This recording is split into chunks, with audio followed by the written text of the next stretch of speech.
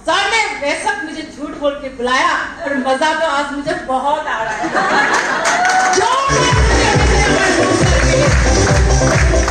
Thank you. और साथ में मैं ऐसे व्यक्ति को कैसे भूल सकती हूँ जिनको मुझे झूठ बोलकर बुलाया गया और विजेंद्र सर के साथ मुझे मिलवाया गया, तो उनके लिए भी एक जोरदार ताली होनी चाहिए। Thank you. जब सर के साथ मिलाया गया मुझे कुछ भी नहीं था, क्योंकि उस दिन मेरा बहुत ज्यादा बीपी लो था कि तबीयत खराब था। मैं स्कूटी रोक के मैं बागडोरा गई थी, क्योंकि सर ने मुझे बहुत बार कॉलिंग करके बुलाया था। जब सर ने मुझे बताया, प्लान वगैरह दिखाया, मुझे प्लान सच में बताओ सर उस दिन कुछ भी समझ में नहीं आया था। क्यों समझ में आएगा? क्यों किसी को समझ में आएगा भाई? जब करना ही नहीं है तो क्यों समझ में आएगा? जब करना हो तभी तो समझ में आएगा। यस और नो? तो मुझे कुछ भी समझ में नहीं आया था। मुझे एक बात, जब प्लान बताने के बाद सर ने एक बात बताया था कि ट्रिपल डायमंड भी आज आकर AWPL में आज काम कर रहे हैं, तो मेरे दिमाग में कुछ ना कुछ खटका था। तो आगे जाना चाहते हैं? तो उसके बाद मुझे नहीं सोचता कि मैं काम करूंगी, पर ऐसे व्यक्ति मेरे जीवन में आए, ऐसे क्षण वो आया कि क्या बताओ, है ना, दिखने में बहुत मासूम, बहुत छोटे, आंखें छोटी छोटी, बहुत छोटे, 23 साल का लड़का है, क्या मुझे क्या बताएगा? क्योंकि मैं ऐसे दुनिया में थी, ऐसे मतलब अपने आप को ऐसे जगह में कैद करके बैठी थी। मैं सोचती थी कि मेरा जिंदगी, मेरा जो भी है, मतलब मेरे आस पड़ोस या मेरे जो फैमिली है, उन्हीं सर्कल में मेरा लाइफ ऐसे घुसा हुआ था कि उससे बाहर मुझे जाने का कहीं भी दिल नहीं करता था। और उनसे ऐसा लगता था कि जो उन्होंने किया या जिसने भी मेरे साथ जैसा भी किया, पर मेरा ऐसा एटीट्यूड हो कि मैं किसी के साथ बुरा ना करूं। पर सर ने मुझे एक चीज जानना चाहते हैं? जानना चाहते हैं जिसकी वजह से शायद आज मैं इस बिजनेस में हूं। सर ने मुझे एक ही चीज बताया था, आप यहाँ पे आए हो पैसा कमाने के लिए, रिलेशन कमाने के लिए नहीं। ये बात सही है? यानी कि यहाँ पे हम पैसा कमाने, घर बार छोड़ के, सब छोड़ के यहाँ पे बैठे हो तो पैसा कमाने के लिए, रिलेशन कमाने के लिए नहीं। वो बात मेरे दिल में ऐसे लगी, जिस बात के कारण शायद आज मैं हूँ। मैं चाहती हूँ कि हमारे राज सोनी सर के लिए एक जोरदार ताली।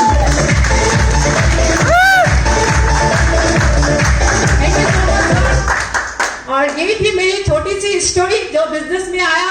और टारगेट की बात करूं तो दोस्तों, टारगेट ऐसे ही फाइट नहीं होते।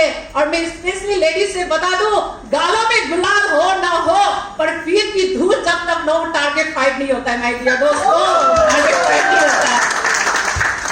क्योंकि दोस्तों मुझे टारगेट फाइट करना तो ऐसा कुछ भी नहीं था। मैं इस बिजनेस को घर में मैंने किसी को भी नहीं बताया था, क्योंकि हम लोग जिस बिजनेस में थे उस बिजनेस में मतलब मेरे हस्बैंड भी था, तो मैंने हमारे बहुत सारे पर्सनल प्रॉब्लम थे जिसके कारण मैंने किसी को भी नहीं बताया था। और इस बिजनेस में मेरा लास्ट एक हफ्ता ऐसा था कि मुझे फैमिली भी बैलेंस करना था, अपने रिलेशन भी बैलेंस करना था, टारगेट भी फाइट करना था। बहुत मुझे क्रिटिकल कंडीशन रहा। और पूरा का पूरा मैं बात बोलूं, अगर ये मैंने टारगेट फाइट किया है तो लगभग 20 से 25 दिन में मैंने ये टारगेट फाइट किया है दोस्तों। बस टारगेट फाइट करने के लिए कुछ भी करना नहीं होता है। अगर हम टारगेट फाइट करते हैं तो हमारा लेवल चेंज होता है। जब लेवल चेंज होता है तो बोनस भी खड़क आता है, तो रोकड़ा भी आता है। ये सर यानी कि टारगेट फाइट करने का हमारा लेवल चेंज होता है, रोकड़ा आता है, मान सम्मान मिलता है। और तीसरी बात, अगर हम टारगेट फाइट करते हैं तो हमारा एकदम कॉन्फिडेंस लेवल हाई हो जाता है, जिससे कि ऐसा लगता है तो हम जिंदगी में हर जंग को अपने मुट्ठी में कैद कर सकते हैं। हो पाएगा? हो पाएगा। और मैं क्या बोलूं, मेरा जो टारगेट था लास्ट टाइम तक ऐसा लग रहा था कि इम्पॉसिबल है, ये टारगेट फाइट नहीं हो सकता है।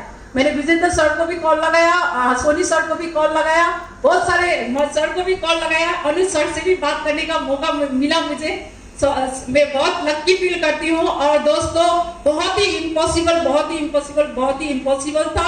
लास्ट में कम से कम 800 HP लास्ट वीक रह गया था और 800 HP कलेक्शन करना था।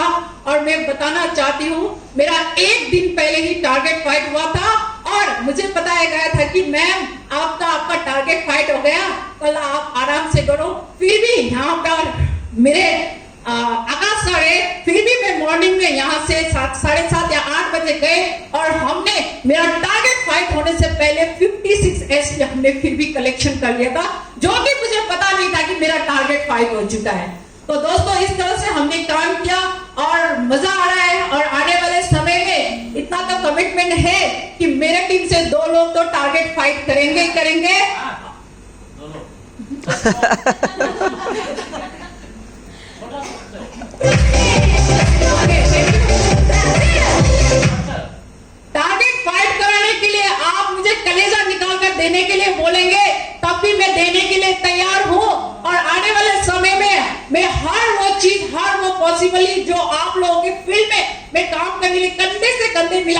काम करना चाहती हूँ और इम्पॉसिबल था तो मुझे एक ही लग रहा था, impossible means I am possible.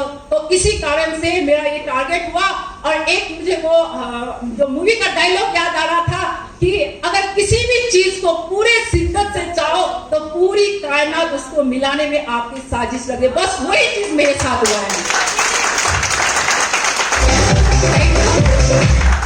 और इन सब के बीच में टारगेट फाइट कराने के चक्कर में मेरीना मैम ने भी मुझे बहुत ज्यादा साथ दिया और मेरीना मैम के साथ कदम में कदम मिलाकर हमने काम किया और ऐसे लेडीज के साथ काम करने का मौका मिला। मैं बहुत ही प्राउड फील करती हूँ। मैं चाहती हूँ कि हमारे मेरीना मैम के लिए भी एक जोरदार ताली होनी चाहिए। Thank you. और मैं यहाँ पे ऐसे एक व्यक्ति को मैं धन्यवाद करना भूल गई, और मेरे दिल के टुकड़े हैं, मेरे जिगर का टुकड़ा आर्यन ग्रुप। में चाहती हूँ जब तुमने मेरे दुख में इतना साथ दिया तो मेरी खुशी में भी तुम शायद मेरे साथ होगे तो मुझे और भी बहुत अच्छा लगेगा, है ना। क्योंकि मैं जब काम में जाती थी, फील्ड में जाती थी, जब सवेरा जाती थी या शाम को लेट आती थी, देखने में तो जवान है, पर जवान हो या बच्चा हो, माँ के लिए तो बच्चा बच्चा ही होता है। Yes sir no? मैं चाहती हूँ आर्यन आप मेरे साथ एक बार आ जाइए। और उसने जली रोटी खिलाई या पानी वाला दाल कभी कभी खिलाया, पर टारगेट फाइट होने में भी उसका बहुत बड़ा हाथ है। मैं चाहती हूँ हमारे मिस्टर आर्यन के लिए एक जोरदार सी ताली होनी चाहिए।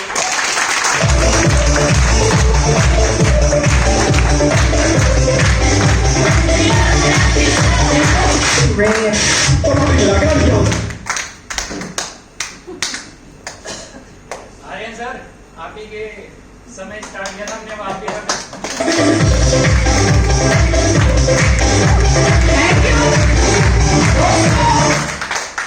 Thank you sir. दोस्तों, क्योंकि मैंने तो मेरे बेटे को बोल दिया है नेटवर्क मार्केटिंग, अगर कुछ भी करना है नेटवर्क मार्केटिंग करो। मैं तो गोवा जा रही हूँ, तुम जाओगे कि नहीं जाओगे वो मुझे पता नहीं।